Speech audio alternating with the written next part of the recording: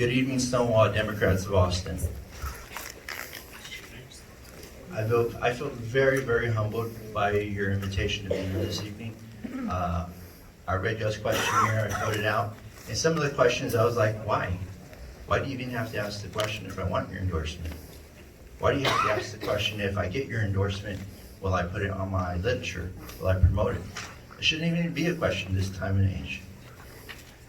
I live in District 35, which is the most gerrymandered district in the state, made up of 80% minorities, okay? It's important to understand that because only 1% of Latinos make up elected officials locally, statewide, or federally.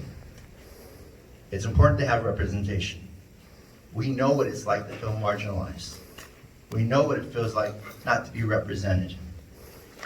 One of the questions you have in here is on AIDS and HIV and being an advocate. There's no one advocating for it right now. I'm going to let out a secret, which it really isn't a secret if you go to the CDC website. District 35 has an epidemic of the highest new cases reported for HIV AIDS.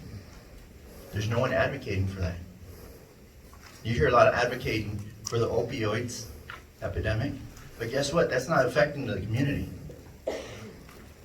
There's a lot more that I'm very passionate about with this group.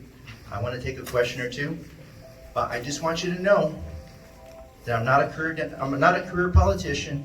I'm not part of the establishment, and voting the right way isn't enough anymore. We need an advocate. We need a voice, and that's why I'm running for U.S. Congress 35. Any questions? Yes, sir. Yes, sir. As someone who's lived your entire life in San Antonio, what would you say has been your major contribution to making San Antonio a better place? Great question. For the last 4 years, I've been part of the San Antonio Young Democrats.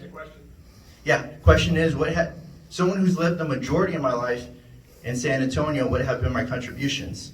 Last 4 years, I've been part of the San Antonio Young Democrats. 3.5 years, I've been the treasurer. We did a lot of advocating. We were the initial group that announced Beto for Senate a couple of years ago.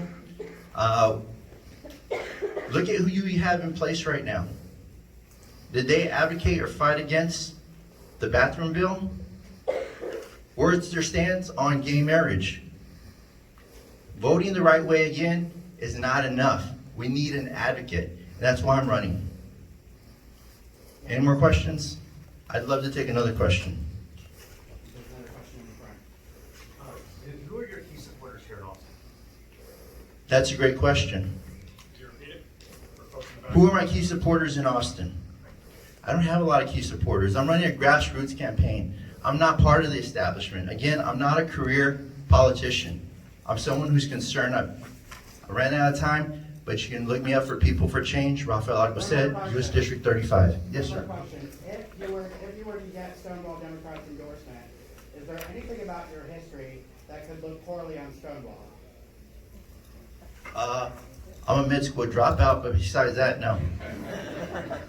I have another question, and questions can take time. So, Sorry. Do you have any ties to the LGBTQI community? His question was, do I have any ties to the LGBTIQ plus community? And the answer is yes. I've advocated for him for the last 15 years in San Antonio, part of the Stonewall Democrats in San Antonio. Unfortunately, a lot of the work and support I've done has been in San Antonio. And it's not enough to paint a rainbow street walk and take pictures for politicians. That's not enough. It's not good enough anymore.